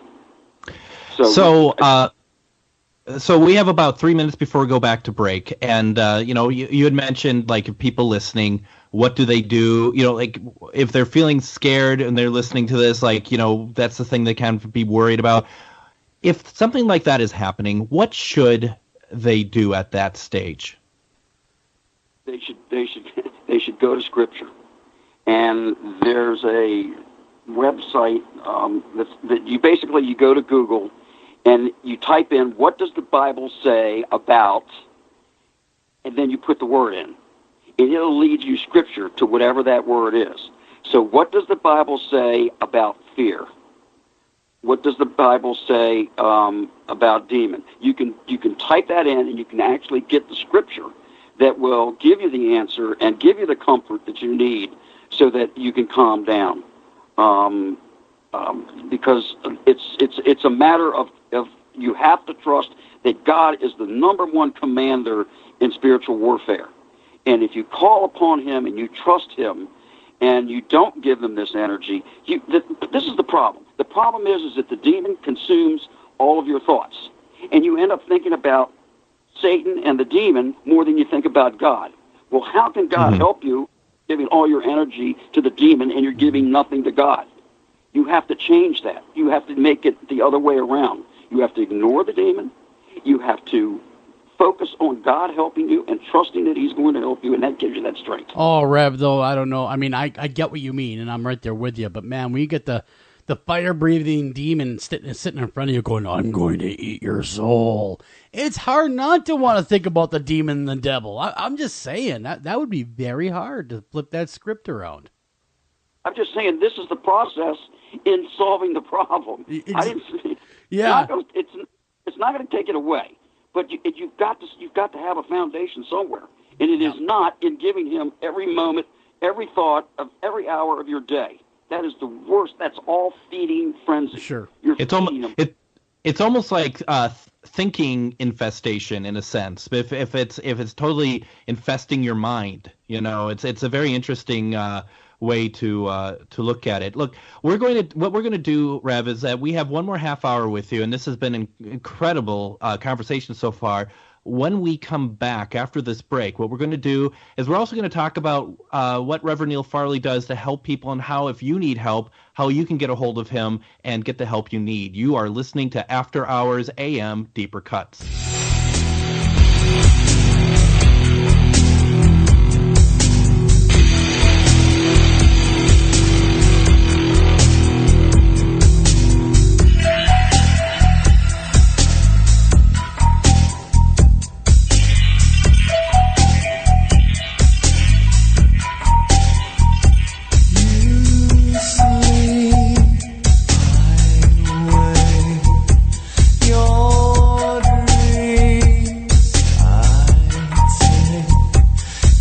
You're listening to After Hours AM Deeper Cuts. Cutting deep into what skews. This is Jen McGowan, founder of Wayward Souls Promotions, a company dedicated to helping individuals, teams, radio shows, and others that are seeking exposure for their individual events, conventions, and shows. We offer a wide variety of advertising, such as web-based article, social media posts, podcast advertisement, and so on. Contact us at paranormalpromotion@gmail.com, visit us on Facebook at Wayward Souls Promotions, and visit our website at www.waywardsoulspromotions.com.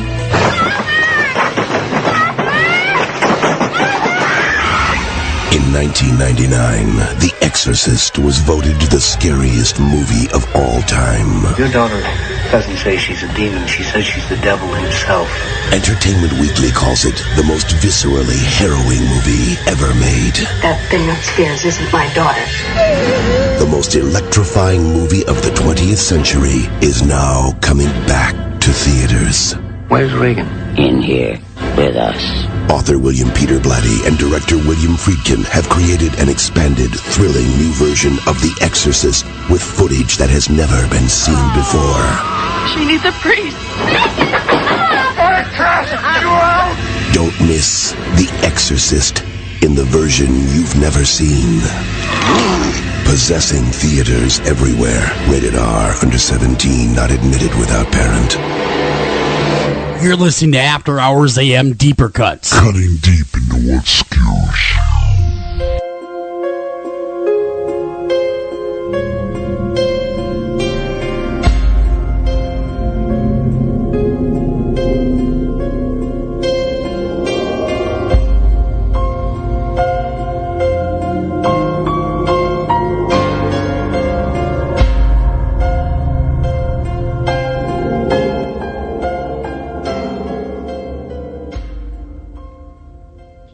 And welcome back to After Hours AM Deeper Cuts. My name is Greg Bakun, and we are in the final half hour with our conversation with Rev Neal Farley.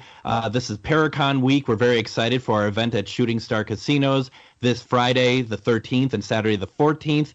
And I'm with my co-host, as always, Mr. Joel Sturgis, and we're having quite the conversation about not only demonology, but one of the things I wanted to kind of move into, Rev, a little bit, and we've been talking a little bit about this off air, is, obviously talking about demonology and demons and stuff is a very interesting subject, but also the other side of it, like how to prevent it, but also how to, how to be proactive with it. And I guess the question I have is like seeing how the paranormal community works now, in terms of how they like to promote all of this sort of like, dare I say, like badassery in terms of how they look and how they confront spirits and whatnot.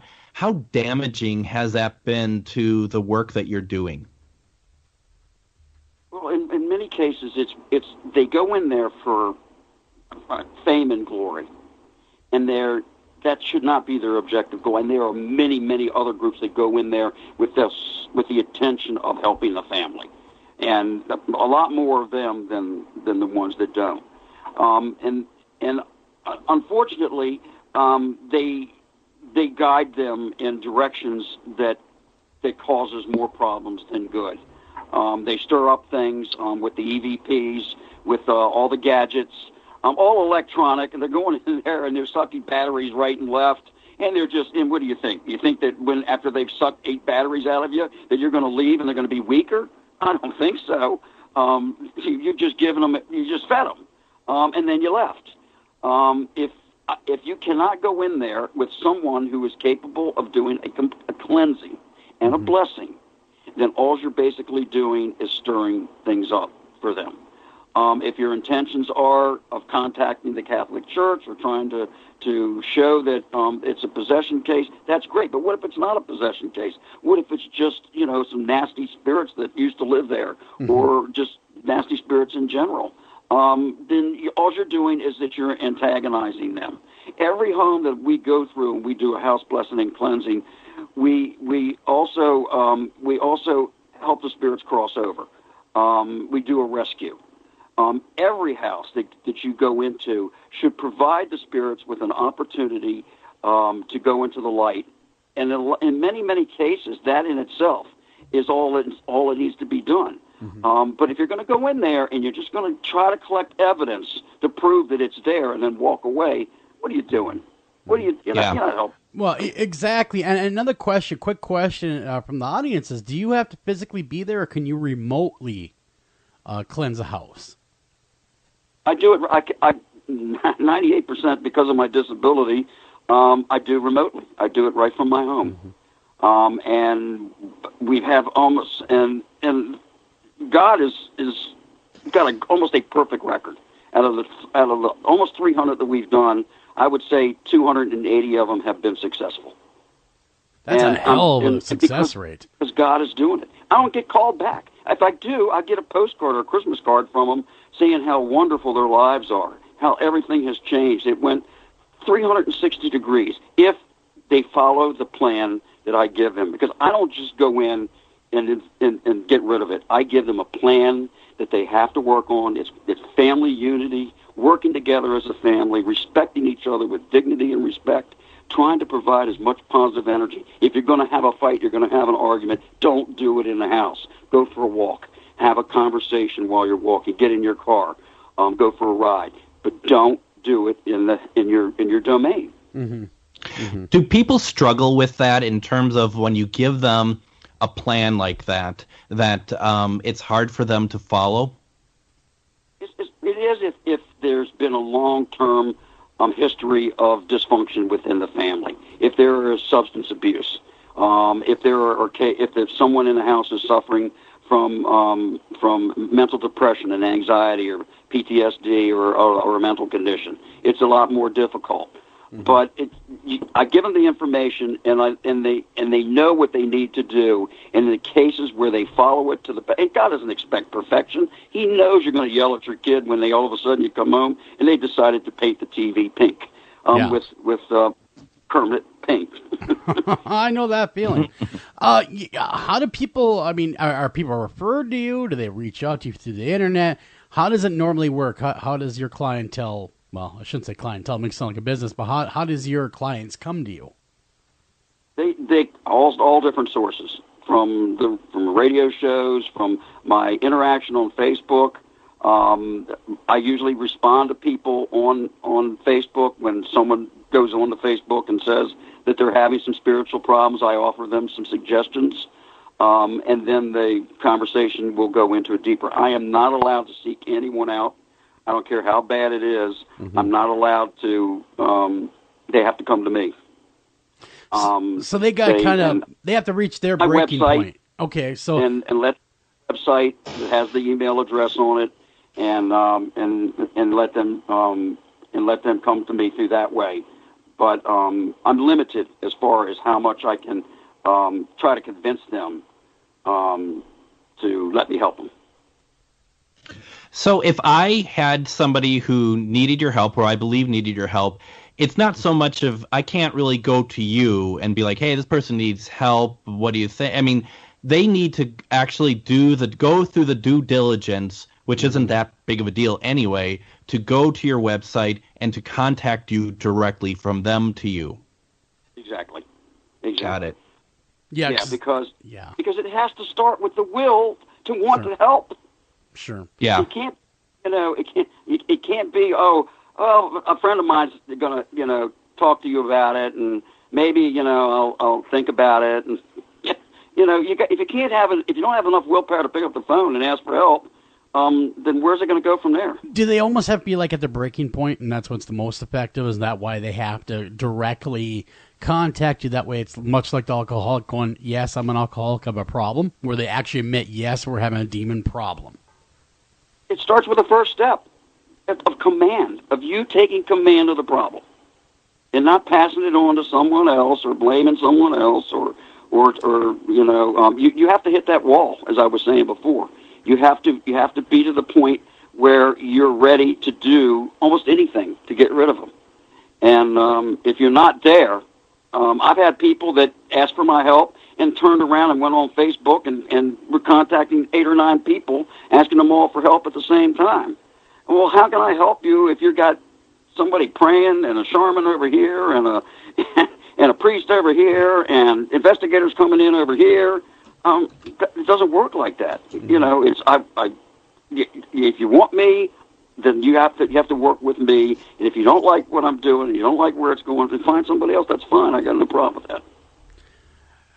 No, that's good to know, because I know Joel has, I have done cases where with Nicole where we don't know what to, what really to do, and we've thought about reaching out to you, but it's like, obviously, and this is news, this is good information for me, knowing that no, we have to, we can give them a name, we can tell them what, this might be a good person to talk to, but they have to do it themselves. And the thing is I've noticed in cases that I've worked on, obviously I'm not going to go into any details, but when you're telling me, Rev, about the huge history, the long history of problems, of substance abuse and of mental illness and stuff, that tends to, in a few of the cases, ring very true to what's going on, and then also what's not happening in terms of getting their lives back together. Well, I have a saying, you have to take care of the internal demons before I can help you with the external demons. The internal demons are the mental health problems. If you're not getting that help to deal with those type of things, then that's just going to continuously cause you problems, cause that negative energy to be fed. So if someone is under mental health care by profession, I can't do anything for them. Mm-hmm. By law, I could be sued. Let's just say, for instance, I was to help them and they were to commit suicide. Yeah. It would right back on me, and I would be liable for that because I'm a licensed, ordained minister. I am a spiritual counselor. I'm not a mental health counselor. So my suggestion is always, if you're under medication, you're under doctor's treatment, I cannot help you. No one should be helping you if you're under that care. Yeah, I was going to say that makes complete sense, but let's just say I am one of your clients, and indeed you did clear my home, and I was having issues. How do you keep them away? I mean, how do you keep the problem from just reinfesting? By putting your faith and trust in God, by treating each one in your family with honor and dignity and respect to the highest level that you possibly can, by living a good Christian life. Anybody can say they're a Christian. Christianity is a way of life. It's how we treat each other. It's how we treat ourselves. And my suggestion again is you go through Scripture. You try to live a good Christian life. You try to be as good as you possibly can, and that shows God that you trust Him, and you put all your faith and trust that He is going to protect you, and it works. It absolutely works over and over and over again. But when you lose your faith and you start going back and you go back onto looking at all the paranormal stuff again, don't you think God's saying to you, where are you going? I've shown you the light. I've given you a path. All I ask is that you follow that path and allow me to guide you. But if you're going to go off that path and go into the deep woods and start looking for the monsters, how can I help you? Yeah, and that's makes sense. That's where people go astray. And God's saying, look, I'm going to help you, but I'm not going to help you if you're going to go back to doing the things that got you in this situation in the first place. Now, are the again, going back to the casual paranormal investigator, they are, in my opinion, I'm assuming now, you don't have to say about assuming, but I'm assuming they're the greatest group of people at risk. It is. It's not a hobby. It's not capturing butterflies. It's not studying birds. It's not bowling. It's not hunting. In a sense, it's helping. You know, God. We are the only ones that can help a spirit cross over. God made it that way. He never ever meant to have full domain over us. He gave us free will. He gave Adam the right to take the forbidden fruit when they were told not to, and to suffer the consequences for doing so. It is our responsibility. We are our brother's keepers. It is our responsibility to help each other through this. And the only way that we can do that is through education, through understanding of what we're up against and the do's and the don'ts of what we should and what we should not be doing. Because it's out there. But it has to be positive. It cannot be negative. How difficult is it if you're getting, I guess I'm answering my own question because I'm thinking to myself, first of all, if someone gets a hold of you and they're needing help, but say that they're Catholic and say, obviously with Catholicism, there is that belief that there is no spirits necessarily, but everyone's going, they're following one door or another to go to their final location. There isn't really a earthly spiritual realm like ghosts or anything like that. Do you ever run into problems with trying to explain to people who need help how that works, and that may not necessarily be the case? I guess the reason why I'm thinking I'm answering my own question because they reached out to you to begin with, so maybe that's not an issue at all. You mean as far as them sticking with their own faith, or? Well, yeah, sticking with their own faith, but but the time, because like Catholicism, the way I've always understood it, for example, is that there isn't really ghosts or spirits hanging around. You're either going to heaven, you're going to hell, you might be going to purgatory, but it's, people have very finite understanding of what their faith is, and does that ever become an obstacle in what you need to do? No, because in most cases they've hit that wall. and they're bad, they've been scratched, the pots and pans have been flying around their house. They've got enough activity that they're not buying that there is no ghosts. And it's actually, and if I might interject, it's actually very hard from what I understand now, and I could be completely wrong again, because I'm not a Catholic. But, and I'm so optimistic, no, just kidding. Normally I'm right, because you guys are wrong. Just joking, of course. But it's hard to get the church to pay attention. When you go up there and you say, I got this crap going on in my house, I've been told several times that several people are seeking help that they won't listen. That they won't listen. They just tell me, read my Bible and ignore it. And that's because they are following Scripture. Yeah. And they won't go beyond Scripture. And most religions, other than the Catholic religion, will not waver past Scripture. And being the fact that I spent 55 years being tormented, and I feel the spiritual contact that I have with God and Christ, I do go beyond it. Yeah. And I'm willing to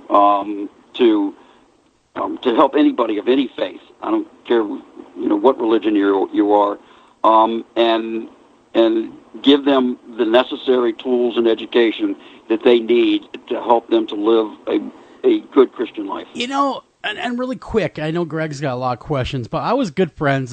I knew him really well, was Ed Warren, and we all know he was the only lay demonologist, that at that time anyway. that was a member of clergy, and he had mentioned that once you dive into that world of demonology and you're known, you become a marked person. Is that true? Do you feel through your work that maybe you've suffered maybe some ill fate because you've become marked, because they fear you on that demonic side? For me personally, absolutely not. Because my faith is so strong and so powerful that God, everything that I do is done for a purpose and a reason. I don't wake up in the morning and say, well, I'm going to do this or I'm going to do that. I'm on that path. I'm in His light. I'm with His guidance. I can tell when I'm being deceived. After 55 years of being tortured, I know the difference between when I'm being deceived and when God is asking me to do what I've been doing. I ran the Spirit Rescue event, helped millions of spirits cross over into the light in preparation for the second coming of Christ and Revelations. God has been very, very clear with me as to my service to Him. I'm dedicated. I'm loyal. I will never ask for a dime. I will never ask for a penny. I do it all for the glorification of watching these people, those smiles and hugs. That's my reward, and that's God's reward. Is that you're helping people fighting Satan, and you're doing it in the faith of God. If you do it in the faith of God, and your faith is strong enough, He's not going to. I will walk through the valley of the shadow. I'll repeat it again, and fear no evil, for Thou art with me. I will walk through the valley of the shadow of death, the darkest spot of ever, but I won't fear because God is with me. Any lack of that faith, and yes, you are subject to that, is exactly what you said.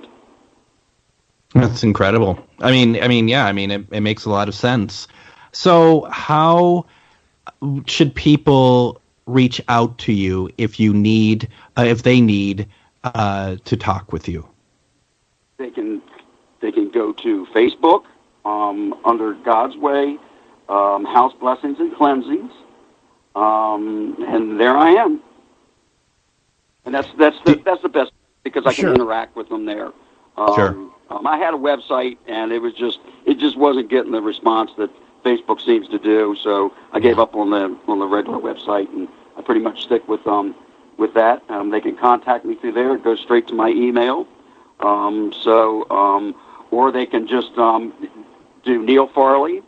On Facebook, do a search for Neal Farley and go into my private message because I prefer that if they're having problems that we don't do it on the public page. Yeah. Invites all different kinds of. So a private message and catch me there. Sure. Well, really, really quick, I was just kind of curious. Kind of popped in my head is you're really knowledgeable and you're about the best out there doing this. How often do you come in contact where someone gets a hold of you and said, we had this one demonologist in here, try to take care of it, and now it's gotten tenfold worse? How often do you have to clean up other people's messes?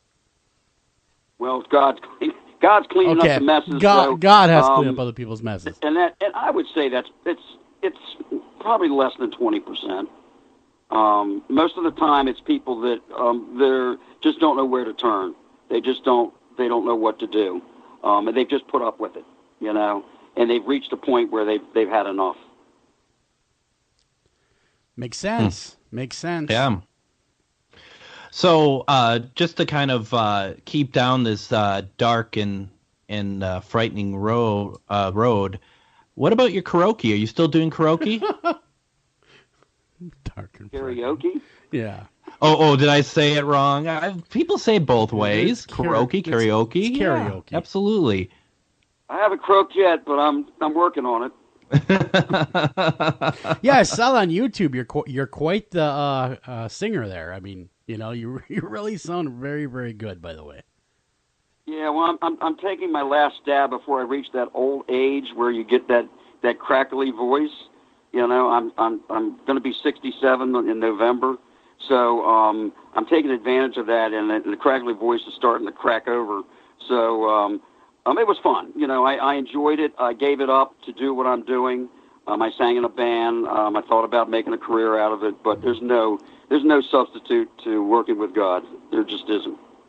So I've kind of put the singing off to the side because like I said, I've reached that age of, I don't know what it is. Is it congestion?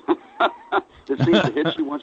I like to call it gravel in your voice. That's all. Get a little more gravel going. It's like you're not supposed to sing after you reach a certain age. I don't sing at all. That age is 1 for me. The age 1. After that, no, don't sing, dude. Just telling you, don't do it. That's what people told me. They were looking for that.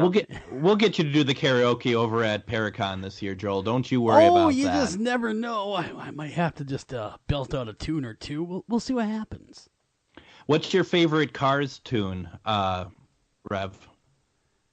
I say Drive. Yeah. Yeah. Just because my wife's cousin, Steve Berkowitz, who's vice president of Sony Legacy now, he was the tour manager of the Cars, and I guess his name was Rob. His last name was Orr, and he died of cancer, of pancreatic cancer. And we got to talk to him. He was the one who spent the most time with me and seemed to be the most social. So when he passed away, I dedicated my version of it to him, and that's the one that's the closest to my heart.